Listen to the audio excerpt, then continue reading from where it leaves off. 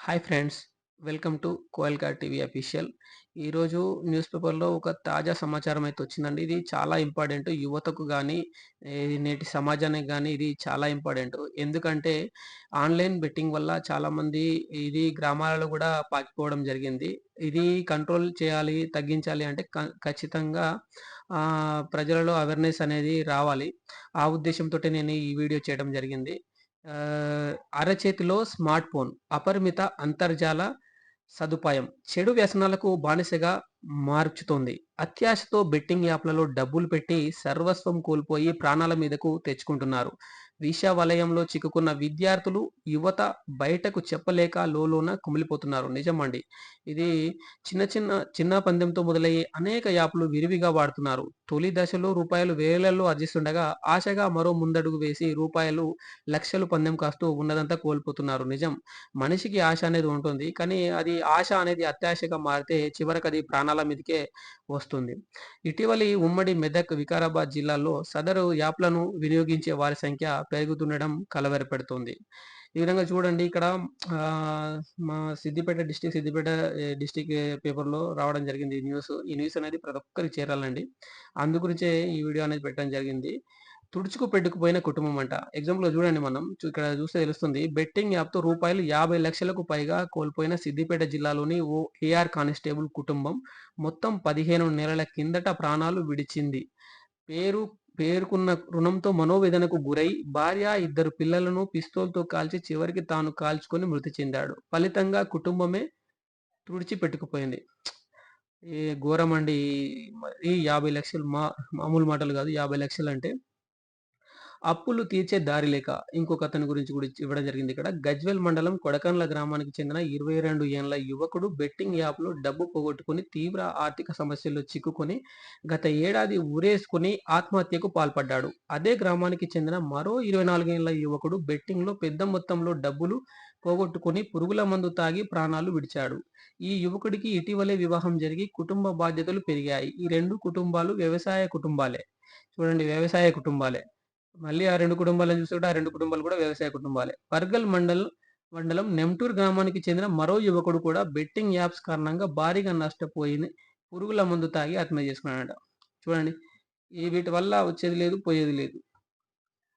అక్బర్‌పేట అలాగే ఇంకోటి ఇక్కడేమిచ్చాను, ఆన్‌లైన్ బెట్టింగ్‌లతో సర్వస్వం కోల్పోతున్న యువత రెట్టింపు అవుతాయన అమౌంట్ పెరుగుతాయన్న ఉద్దేశంతోటి అక్బర్‌పేట భూంపల్లి మండలం రుద్రారం గ్రామానికి చెందిన నవీన్ 27 ఇయర్స్ అంట. ఎరువులు విక్రయించగా వచ్చిన అతను ఎరువులు అమ్మగా వచ్చిన డబ్బులుని రెట్టింపు చేయాలనే ఆశలో పడ్డాడంట అతను.